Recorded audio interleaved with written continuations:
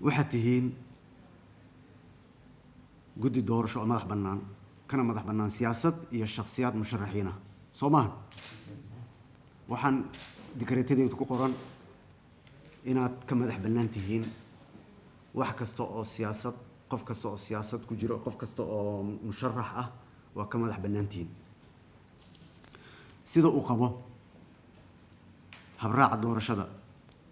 waxaa laydinka doonayaa in aad waajibaadkiina aada u gudataan si daacad ah oo waafaqsan hufnaanta doorashada mas-uuliyad ayaa idin saaran kan hadda xildhibaanka ah ama senatoorka ah iyo midka soo damcaya oo hadda kadib soo tartamaya labadaba inaa u sinaataan la rabaa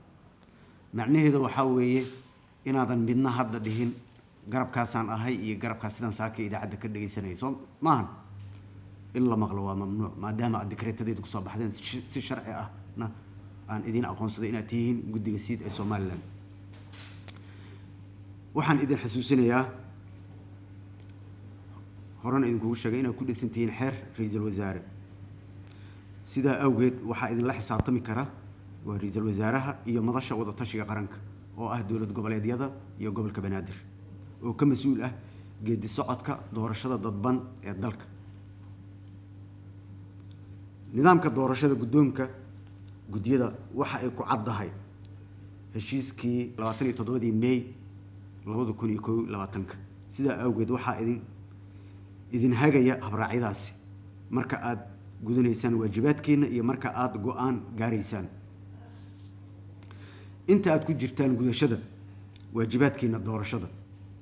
wixii caqabad ah ee aad la kulantaan waxa aad ula soo laabanaysaan ra-iisul wasaaraha oo ah hogaamiyaha doorashada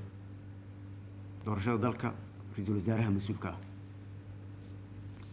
sida uu qabo anshaxa hufnaanta doorashada xubnaha guddiyada waxaa ka reeban in ay taageeraan sida aan dhowr jeer ku soo celiyey oo ay taageero gaar ah u muujiyaan si dadban iyo si toos ah musharaxiinta doorashada ka fogaada wixii saameyn siyaasadeed ah ma sheegan kartaan garab siyaasadeedaan nahay garab A garab B garab C waa inaad ka fogaataan waa inaad dhexdhexaad ahaataan haddii kale ma tihidiin guddi doorasho oo xor ah waxa aan maanta idin wargelinayaa in la baabi'iyey doorashada hoggaanka guddiga doorashada gobollada waqooyi ee horay garab A iyo garab B mid dooraba ahad ay isku doortaan wax la jiraa ma jiraan doorashadaas waxba kama jiraan saa darteed waqtiga iyo goobta doorashada waxaa idin soo wargelin doona xafiiskayga iyo guddoomiyaha guddiga doorashada fiid waqtiga ku habboon oo la isku afgarto soo warcad maaha waa mahadsantiin waxaan rabaa oo halkaas aan kaga sii darayaa caqabadaha way badan yihiin mid maanta bilaabanaysa maahan waa mid ilaa doorashada ay ka dhammaato oo heer madaxweyne laga soo doorto mar kasta caqabad way jiraysaa midiinana waxay ka mid noqonaysaa kuwa ugu fudud kuwa ka adag ayaa idin soo mari doono marka waxaan doonayaa in wada shaqayn toos ah ay idinka dhexayso guddiga fiid uu hogaaminayo guddoomiye Ciro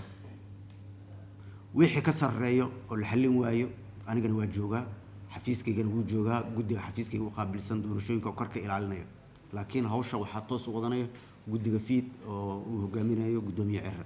wax kastoo ku saabsan tashiilaadkeeda habsami u socodkeeda iyo ka warqabkeeda amnigeeda waxaasoo dhan waa wax guddoomiyaha aad kala tashanaysaan anigana aan diyaar u ahay inaan waxaasoo dhan idiin fududeeyo